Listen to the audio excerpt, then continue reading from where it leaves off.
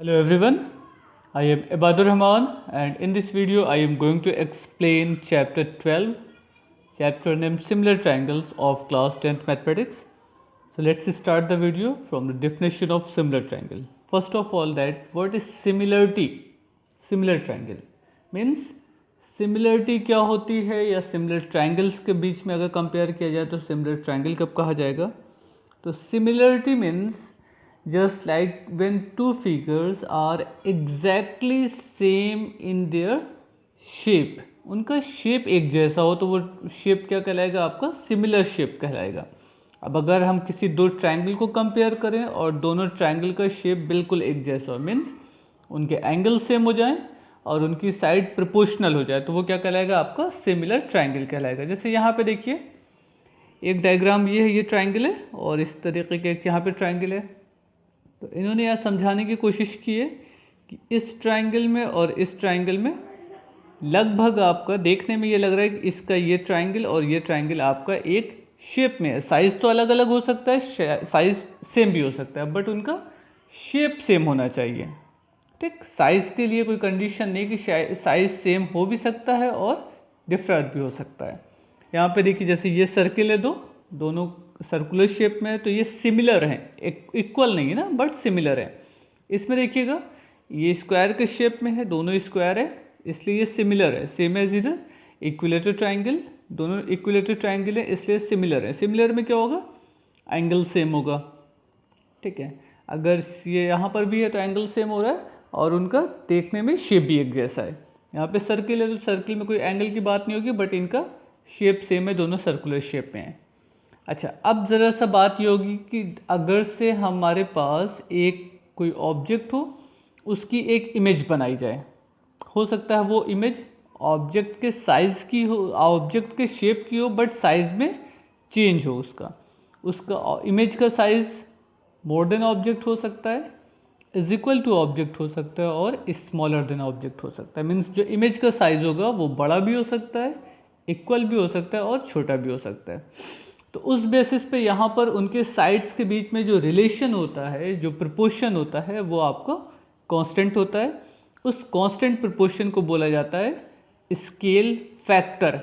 Means image और object के size के रेशियो को एज ए स्केल फैक्टर कहा जाता है। वो रेशियो आपका साइड के बीच में भी हो सकता है, वो रेशियो आपका स्क्वायर के बीच, वो एरिया के बीच में भी हो सकता है, और वो करस्पॉन्डिंग रिलेशन जब रेशियो निकाला जाएगा तो वो वॉल्यूम का भी रेशियो हो सकता है।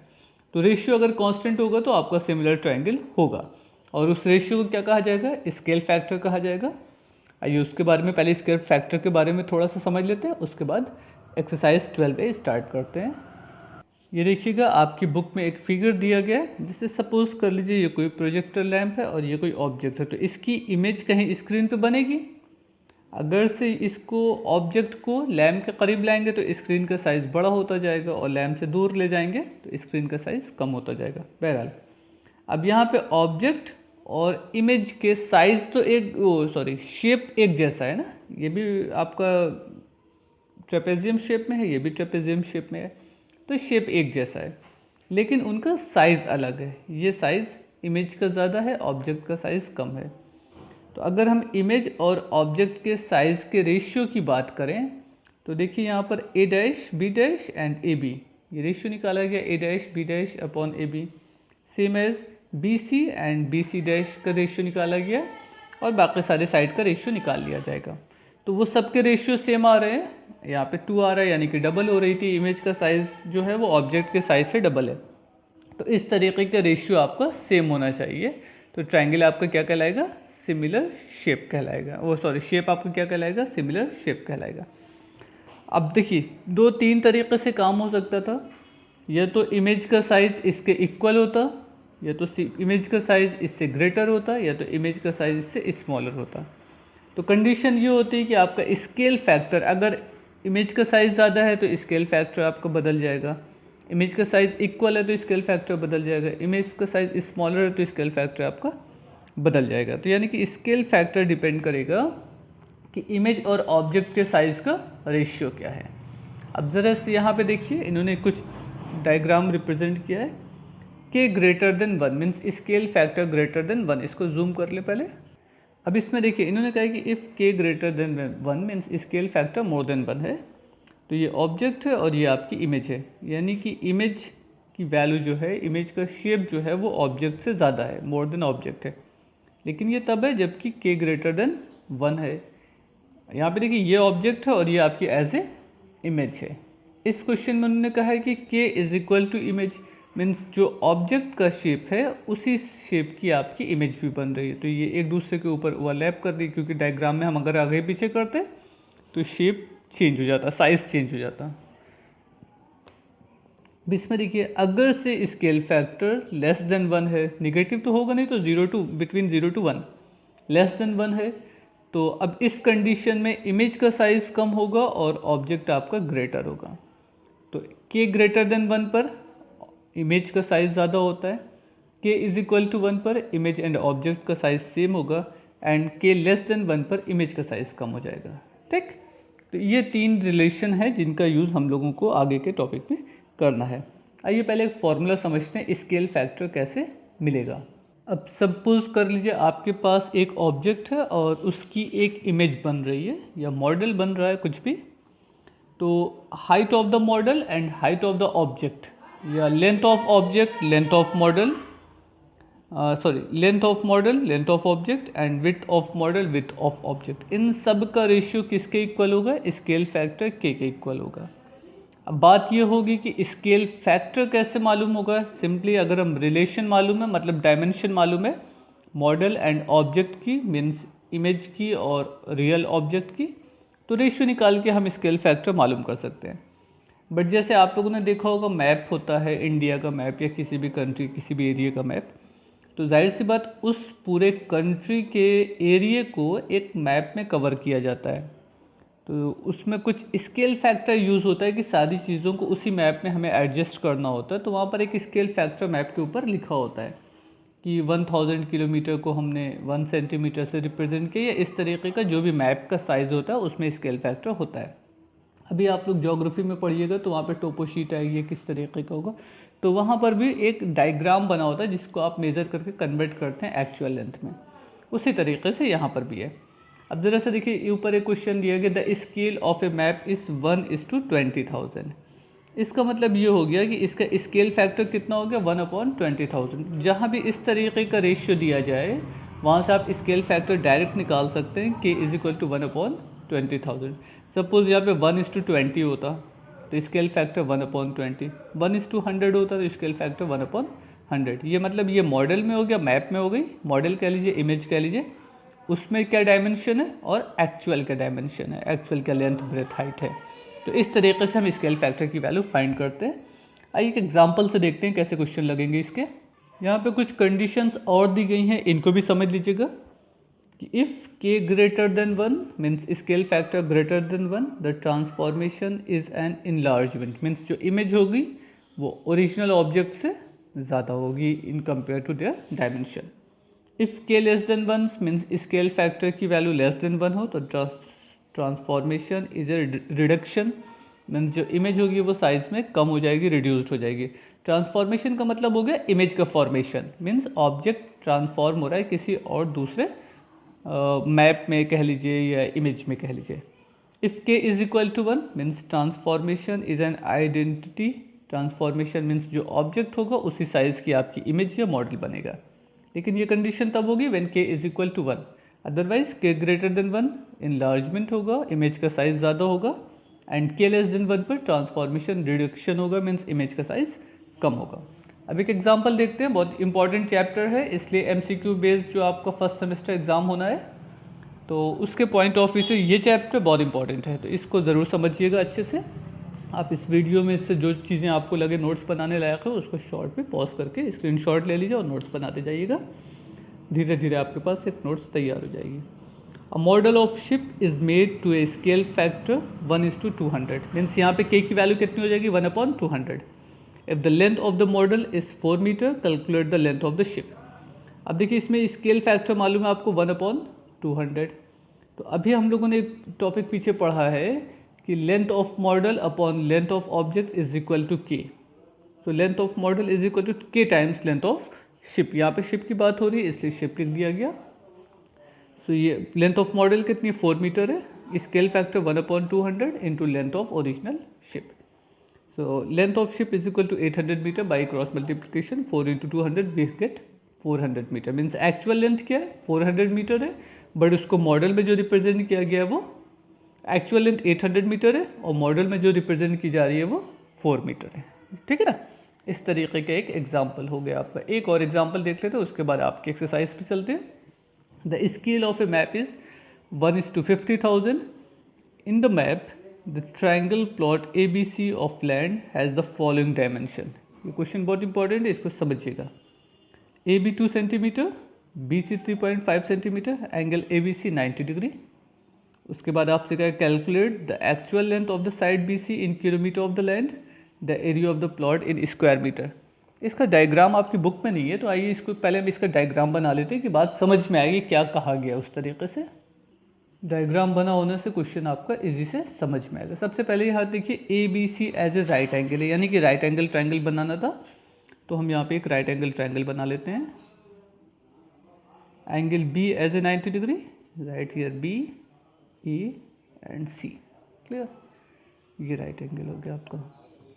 अब देखिए क्वेश्चन में क्या कह रहा है, AB 2 यानी कि ये 2 है, BC 3.5 and angle ABC is 90 degree और स्केल फैक्टर क्या है 1:50,000। तो K इज इक्वल टू 1/50,000 हो गई, यहाँ से K की वैल्यू मिल गई।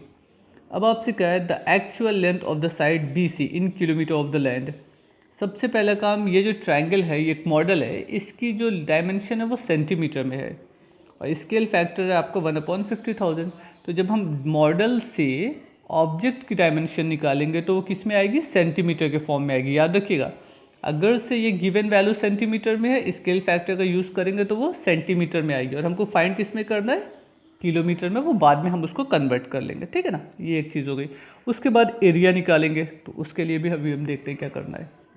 Okay, object of length of the side BC of the map means length of the model कह लीजिए, K into length of actual length.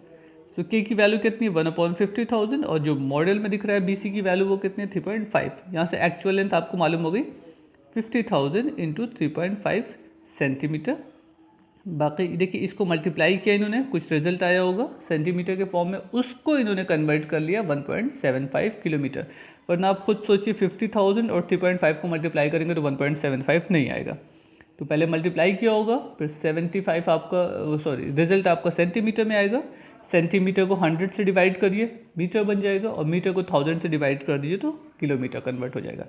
तो एक्चुअल लेंथ आपको मिल गई इन किलोमीटर 1.75।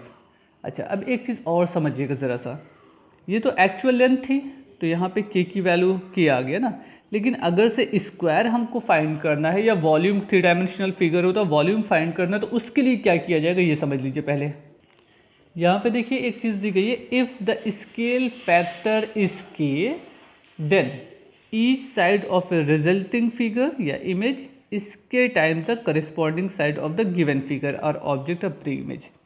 मीन्स अगर स्केल फैक्टर K हो तो जो मॉडल होगा वो K times of the original object. Clear, but the area of the resulting figure means एक तरीके से इमेज का जो एरिया होगा वो K square times of the object होगा। समझिएगा, एरिया के लिए K स्क्वायर से मल्टीप्लाई करना होगा और इसी तरीके से वॉल्यूम के लिए K क्यूब से, means cube of scale factor, square of scale factor and simply multiple of scale factor. तो लेंथ का रेशियो स्केल फैक्टर के इक्वल होगा, एरिया का ratio K square scale factor के इक्वल होगा एंड वॉल्यूम का ratio K cube के equal होगा। ये समझना है आपको। लेंथ सिंपली सिंगल डायमेंशन है, so length upon length scale factor K मिल गए, but area length into breadth के फॉर्म में आएगा तो K इंटू K स्क्वायर हो जाएगा एंड वॉल्यूम आपका L into B into H होगा, सो K इंटू K क्यूब बन जाएगा। तो लेंथ का रेशियो K, स्क्वायर का ratio K square and volume का रेशियो K क्यूब। अब देखिए इस आपसे एग्जाम्पल में क्या पूछा गया था, यहाँ आपसे कहा गया था the area of the plot in square kilometre. Means पहले क्या करेंगे, area of model is equal to K square times of area of original image, original object. देखिए यही होगा ना, since area of the triangle A B C in the map is equal to scale factor, ये तो इसका area निकाल लिया 1/2 base into height से, यहाँ पे area of the triangle A B C in the map is equal to K square times the actual area of the triangle. तो ये आपका कितना आया 3.5 square centimetre, and K square से मल्टीप्लाई कर देंगे तो हमको एरिया निकल आएगा इन सेंटीमीटर स्क्वायर। उस सेंटीमीटर स्क्वायर को कन्वर्ट करेंगे मीटर स्क्वायर में। देखिए 3.5 सेंटीमीटर स्क्वायर, एंड ये scale factor means K square, actual area of the plot. अब इसको सिंप्लीफाई करेंगे तो ये जो रिजल्ट मिला आपको सेंटीमीटर स्क्वायर के फॉर्म में हुआ। सेंटीमीटर स्क्वायर को किलोमीटर स्क्वायर में कन्वर्ट करना पड़ेगा। क्लियर, ये आपका क्वेश्चन हो गया। तो इसी तरीके के क्वेश्चन आपसे पूछे जाएंगे। आइए कुछ और एग्जाम्पल देख लेते हैं आपकी बुक से भी। देखिए इस डायग्राम को खाली समझने की कोशिश करिए, कुछ बहुत कॉम्प्लिकेटेड नहीं है, लेकिन अब चूंकि इतने ज़्यादा से पॉइंट है इसलिए देख के लग रहा है कि बहुत मुश्किल है, वो है कुछ नहीं इस क्वेश्चन में, समझिएगा।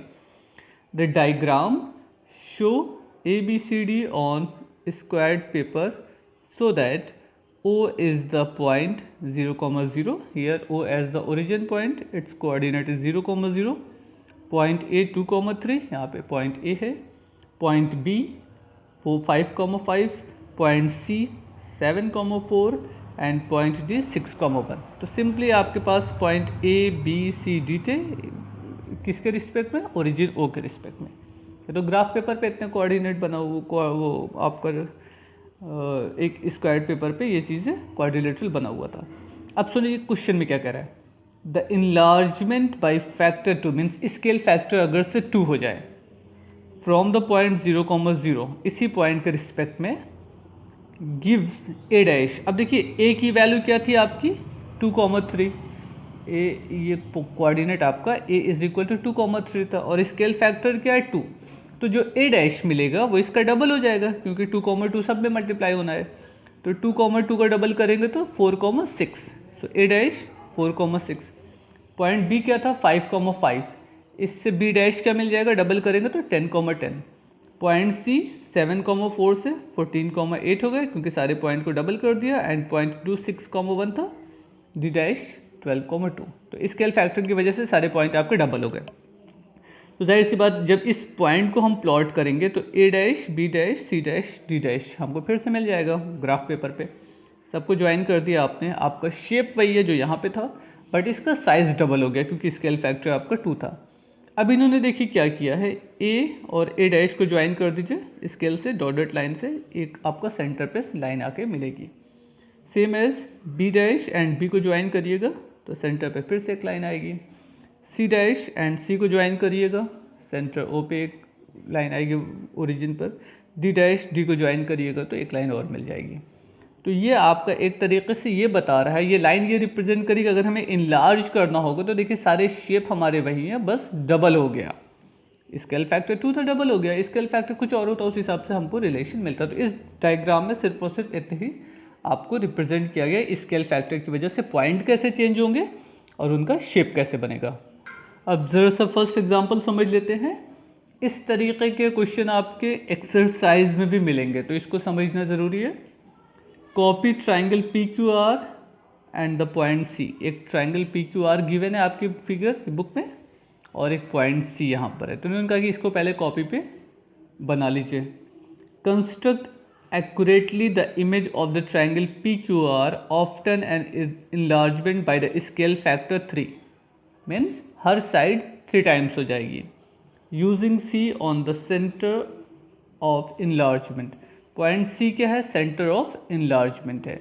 अब सेंटर ऑफ इनलार्जमेंट का क्या सेंस होता है, पहले इसको समझ लेते हैं। आइए पिछले एग्जाम्पल पर फिर चलते हैं। देखिए सेंटर ऑफ इनलार्जमेंट का मतलब हो गया वो पॉइंट जिसके कंपैरिजन में, जिसके पॉइंट ऑफ व्यू से ये साइज आपका इंक्रीज हो गया या डिक्रीज हो गया। तो यहाँ पे सेंटर ऑफ इनलार्जमेंट क्या है, point O as a origin, क्योंकि इसी के रिस्पेक्ट में देखिए सारी रेज यहीं से जा रही है, तो O क्या कहलाएगा आपका, सेंटर ऑफ इनलार्जमेंट कहलाएगा, क्योंकि इसके कंपेयर में सारी साइड का साइज आपका डबल हो रहा है। इसी तरीके से इस क्वेश्चन में आपसे कहा गया है कि सेंटर ऑफ इनलार्जमेंट कौन सा पॉइंट होगा, पॉइंट C। मतलब इसके कंपेयर में हमें सबकी साइड को ट्रिपल करना है, क्योंकि यहाँ पे स्केल फैक्टर आपका 3 है। तो सबसे पहला काम ये होगा कैसे, या कैसे इस तरीके का काम किया जाएगा, यहाँ पे इन्होंने पूरा एक्सप्लेन किया हुआ है। लेकिन हम सिंपली क्या करेंगे, डायग्राम से रिप्रेजेंट करते हैं, क्योंकि थोड़ा सा कंस्ट्रक्शन बेस्ड है। तो डायग्राम समझ लेंगे तो सारी बातें हमको समझ में आ जानी चाहिए। इसको जूम कर लेते हैं। अच्छा, अब इन्होंने देखिए क्वेश्चन में क्या कहा है कि जो भी शेप गिवन था वहाँ उससे इन्होंने एक ट्राइंगल यहाँ पे बना लिया, ट्राइंगल पी ओ क्यू, और कहीं पॉइंट सी था तो उस पॉइंट सी इधर बना दिया। ये as a centre of enlargement है, मीन्स इसी के रिस्पेक्ट में सारे शेप को हमको कंपेयर करना है या इनलार्ज करना है। तो वो तो आप डायमेंशन से ट्राइंगल मेजर करके बना ही सकते हैं कि यहाँ पे कितना कितना साइड थी। ये ट्राइंगल आपका R P Q construction based है, ये बन जाएगा। इसको इनलार्ज कैसे करेंगे, जैसे इसका ओरिजिनल साइज़ ये था और इसकी इमेज का size P dash R dash Q dash है। बना कैसे है ये समझिएगा। सबसे पहला काम क्या करना है आपको, पॉइंट सी और आर को ज्वाइन करके एक स्ट्रेट लाइन आगे बढ़ा दीजिए, किसी भी लेंथ की बढ़ा दीजिए, वो कुछ आपको सोचना नहीं है। अब देखिए क्या करना है, जब एक लाइन आपने सी आर बढ़ा दिया तो यहाँ से लेकर यहाँ तक आप अपने कंपास से मेज़र कर लीजिए क्या लेंथ है। सपोज कर लीजिए ये लेंथ आपकी है, यहाँ से लेकर यहाँ तक की लेंथ अगर हम ये सपोज कर लें आपकी है 1 सेंटीमीटर। ठीक, कुछ भी हो सकती है, सपोज कर लेते हैं खाली कि C R is equal to 1 centimetre. तो अब हम क्या करेंगे, इस पूरी लाइन को, जो भी लाइन हमने यहाँ पे ड्रा किया था उसको 3 टाइम्स करना है ना। तो फर्स्ट आर्क तो ये हो गया 1, सेकेंड एंड थर्ड आर्क। देखिए स्केल फैक्टर 3 क्वेश्चन में दिया है, सो एक पॉइंट आपको थर्ड आर्क पे मिल गया, पॉइंट आर डैश। इसी तरीके से सी पी डैश हमने बढ़ा, सी पी को ज्वाइन किया सी टू पी और ज्वाइन करके आगे बढ़ा दिया। इसको कंपास से मेज़र कर लिया कितनी लेंथ है आपका, ये फर्स्ट पार्ट हो गया, ये आर्क लगाया सेकंड पार्ट और ये आर्क लगाया थर्ड पार्ट। अब देखिए फिगर में नहीं दिख रहा है कि ये लेंथ और ये लेंथ आपकी सेम है, बट वो उनका कंस्ट्रक्शन टॉपिक यही है। इसी तरीके से सी क्यू को इनलार्ज कर, वो एक्सटेंड कर दिया फ्रॉम सी टू क्यू, जहाँ तक जारी जाने दीजिए। सी क्यू फर्स्ट पार्ट और यहाँ पे सेकंड पार्ट और ये थर्ड पार्ट कट कर दिया। अब जो थर्ड पार्ट सब जगह से कट हुआ है उसको ज्वाइन कर दीजिए, इसको और इसको ज्वाइन करेंगे और सी डैश से क्यू डैश से ज्वाइन कर देंगे, तो ये आपका ट्रायंगल फॉर्म्ड हो जाएगा। स्केल फैक्टर 3 था इसलिए 3 से मल्टीप्लाई किया गया था। आपका स्केल फैक्टर 2 हो तो हम यहीं पे रुक जाते, यहाँ पे रुक जाते, यहाँ पे रुक जाते, ट्रायंगल हमारा इस तरीके से बन जाता। स्केल फैक्टर 1 होता तो इसी पे आता, स्केल फैक्टर हाफ होता तो यहाँ पे कहीं आता। इस तरीके से हम स्केल फैक्टर के रिस्पेक्ट में किसी भी डायग्राम को इनलार्ज या रिडक्शन उसका कर सकते हैं। आइए एक एग्जांपल और डिस्कस कर लेते हैं आपके बुक में, वो भी बहुत इंपॉर्टेंट है क्योंकि उस बेसिस पर एक क्वेश्चन लगा हुआ है आपकी एक्सरसाइज का भी। एग्जाम्पल को समझ लेना ही सफिशिएंट है इस एक्सरसाइज को लगाने के लिए, क्योंकि ये बहुत ईजी एक्सरसाइज है, लेकिन चूंकि नया टॉपिक है इसलिए थोड़ा सा आपको पहले इसको समझना होगा। टॉपिक में कुछ नहीं है, बहुत ईजी क्वेश्चन है, सुनिएगा। Square A B C D has a vertices, A B C D has a vertices 5,5, 5,7, 7,7 and 7,5। ये हो गए respectively. Enlarge this square by using a scale factor 3, means scale factor 3 तो 3 टाइम्स मल्टीप्लाई हो जाएगा with the point 6,6। अब 6,6 का है, ये 6 हो गया, ये 6 हो गया, यानी ये पॉइंट आपका 6,6 है as the centre of enlargement. अब सेंटर ऑफ इनलार्जमेंट आपको यही पॉइंट होना चाहिए, मतलब इसी के रिस्पेक्ट में सारी वो साइड्स आपकी इंक्रीज होंगी। तो अब यहाँ पे देखिए स्केल फैक्टर कितना है 3, तो उसके लिए क्या किया जाएगा, सबसे पहला काम ये सेंटर ऑफ इनलार्जमेंट है, इसी को और इसको ज्वाइन कर देंगे, वर्टेक्स को ज्वाइन करके एक लाइन आगे बढ़ा दिया, इधर एक लाइन बढ़ा दिया, ये एक लाइन बढ़ा दिया और ये एक लाइन बढ़ा दिया। हर डायरेक्शन में इन्होंने एक एक लाइन।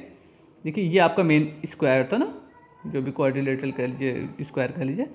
सेंटर ऑफ इनलार्जमेंट ये सपोज किया इन्होंने, एक लाइन ये बढ़ा दिया आगे, एक इधर, एक इधर, एक इधर। कहाँ तक बढ़ाया, अब इसके लिए हमको समझना पड़ेगा कि सेंटर वो स्केल फैक्टर क्या है, 3 टाइम्स। तो कंपास से ये मेज़र कर लेंगे, पहले इसको जूम कर लेते हैं। कंपास से इस लेंथ को आप मेज़र कर लीजिए, स्केल फैक्टर 3 है तो 3 टाइम्स इसको और आगे बढ़ाना है। 1 ये हो गए, 2 ये हो गए, 3 हो गए। वैसे इस ग्राफ में देखिए आप, ये ग्रिड पेपर आता है, आप स्टेशनरी शॉप पे कहिएगा ग्रिड पेपर तो शायद आपको मिल जाए। ये ग्राफ पेपर नहीं है, ग्राफ पेपर में क्या होता है, बारीक बारीक और लाइनें होती हैं, यहाँ पे ग्रिड पेपर है। जैसे कि क्लास फर्स्ट सेकंड के बच्चों की मैथमेटिक्स की कॉपी होती है ना, बिल्कुल उसी तरीके का होता है। आप उस लोअर स्टैंडर्ड के मैथमेटिक्स की कॉपी पे भी ये काम कर सकते हैं, उसमें स्क्वायर शेप इस तरीके का बना होता है। अदरवाइज डॉट डॉट डॉट करके आता है ग्रिड पेपर, वैसे भी बना सकते हैं। बाय द वे यहाँ पे स्केल फैक्टर 3 है तो 1 2 3 एक पॉइंट यहाँ पे लगा दिया। इसी तरीके से स्केल फैक्टर इस साइड का भी 3 था 1 2 3, एक पॉइंट ये बन गया। स्केल फैक्टर 3 है तो 1 2 3, एक पॉइंट यहाँ पे लग जाएगा, और 1 2 3, एक पॉइंट यहाँ पे लग गए। तो फाइनली सारे जो पॉइंट आपको मिल रहे हैं इन्हीं को ज्वाइन कर दीजिए, आपका एक इनलार्ज फिगर तैयार हो गया। A dash D dash C dash B dash, A D C B, इस तरीके का है। तो ये बहुत इंपॉर्टेंट क्वेश्चन है, इसको समझिएगा, ये आपकी बुक में भी दिया गया क्वेश्चन इसी तरीके का। अच्छा, अब आते हैं एक्सरसाइज के टॉपिक पे। Now start exercise 12A। ये बहुत इंपॉर्टेंट एक्सरसाइज है, तो इसको स्किप नहीं करिएगा प्लीज़। इस क्वेश्चन को लगाइए। MCQ बेस्ड क्वेश्चन, बहुत छोटे छोटे क्वेश्चन बनेंगे और वो इसी तरीके की एक्सरसाइज से क्वेश्चन आते हैं, तो कोई भी एग्जाम्पल या इस एक्सरसाइज के क्वेश्चन को स्किप मत करिए। जाहिर सी बात प्रूफ करने को तो नहीं आएगा ना MCQ टॉपिक में, सो ये सब चीज़ें भी छोड़ दीजिएगा तो फिर बचेगा क्या। Now draw rectangular axis, scale them from 0 to 18, plot the point A, B, C and D. Join the point in alphabetical order to form a rectangle. Transform each of the portion x, y on the points x1 by 1 by the transformation xy transform into 2x 2y. Means यहाँ पे scale factor क्या apply हो रहा है 2, क्योंकि देखिए xy को transform कर दिया 2x एंड 2y में, उसमें बदल रहा है, तो जाहिर सी बात स्केल फैक्टर एज ए 2 होगा तभी ये काम होगा। Label image A1 B1 C1 D1, जाहिर सी बात पॉइंट ABCD ट्रांसफॉर्म हो गए तो उनका न्यू नेमिंग उन्होंने A1 B1 C1 D1 correspond with ABCD। What do you notice about the length of the each side of the image when you compare it with the corresponding side of the original rectangle?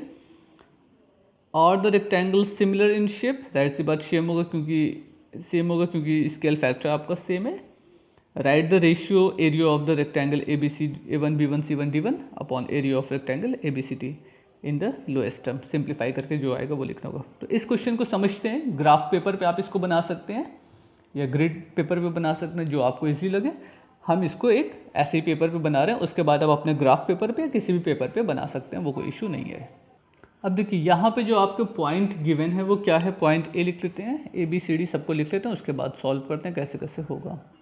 सबसे पहली बात तो ये given point हो गए आपके A, B, C and D, and transformation किस तरीके का, XY convert into 2x and 2y। तो इसके करस्पॉन्डिंग पॉइंट्स आपको मिलेंगे क्या, A डैश की वैल्यू क्या हो जाएगी, A dash is equal to, इसको डबल करना है, इसको डबल करना है, mean 6,8, same as B dash 18,8, C dash 18,12 and D dash 6,12, सबको डबल कर दिया ना। इसीलिए देखिए उसने क्वेश्चन में दिया गया है कि जो प्लॉटिंग करनी है वो आपको 0 to 18 पे करनी है, क्योंकि मैक्सिमम पॉइंट यहाँ पर 18 है। बहरहाल वो ग्राफ पेपर पे या आप ग्रिड पेपर पे बनाइएगा तो बन जाएगा, वो नंबरिंग कर दीजिएगा, हर ब्लॉक में आप डिजिट 1 लिख दीजिएगा, 1 2 3 4 5 ऐसे अप टू 18 तक। बहरहाल हम यहाँ पे कैसे कर रहे हैं वो ज़रा सा देख लेते हैं बस। अब देखिए इस तरीके का हमने कुछ नंबरिंग यहाँ पे कर ली। यहाँ पे मैंने 2 4 6 8 ऐसे लिखा हुआ है, इधर भी 2 4 6 8 है, बट आप उसमें 1 2 3 4 इस तरीके से लिख सकते हैं, तो बेहतर वही रहेगा कि 1 2 3 4 लिखा जाए। अदरवाइज ये भी कर लीजिएगा तो कोई मिस्टेक नहीं होगी। जाहिर सी बात हर बीच का जो मिडिल पॉइंट होगा वो 1 2 को रिप्रेजेंट करेगा इस तरह से। यहाँ पे 1 हो जाएगा, 3 5 7, वो माना जा सकता है, समझा जा सकता है। अच्छा, अब ज़रा सा पहले हमको जो ऑब्जेक्ट है उसकी डायग्राम को रिप्रेजेंट करना है, उसके बाद ट्रांसफॉर्मेशन की इमेज की पोजीशन को रिप्रेजेंट करना है। देखिए ऑब्जेक्ट जो था 3,4 means as a original point जो थे उसकी इमेज क्या क्या है 3,4, तो 3,4 यहाँ का एक पॉइंट होगा आपको, देखिए 1 2 3,4। नेक्स्ट 9,4, ये 10 होगा, ये 9,4, ये पॉइंट हो जाएगा 9,4। नेक्स्ट 9,6, अब हमने बहुत छोटा सा बनाया तो यहाँ पे बनेगा, और उसके बाद 3,6, तो 3,6 आपको ये मिल जाएगा।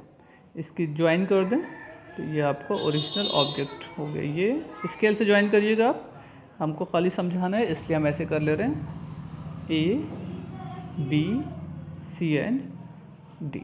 क्लियर, ये हो गया।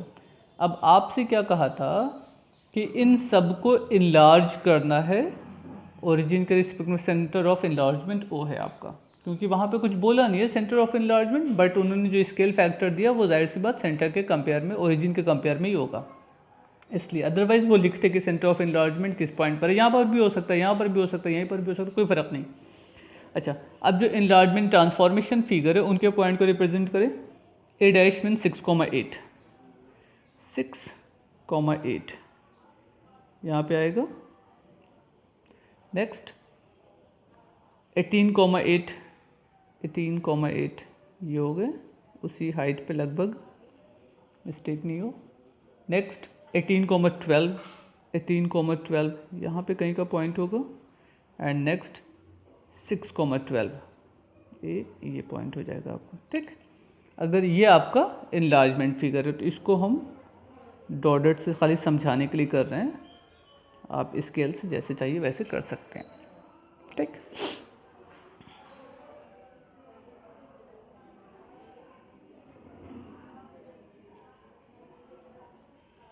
ये आपका इनलार्ज्ड शेप हो गया। नेमिंग कर लेते हैं इसकी भी, A dash, B dash, C dash and D dash.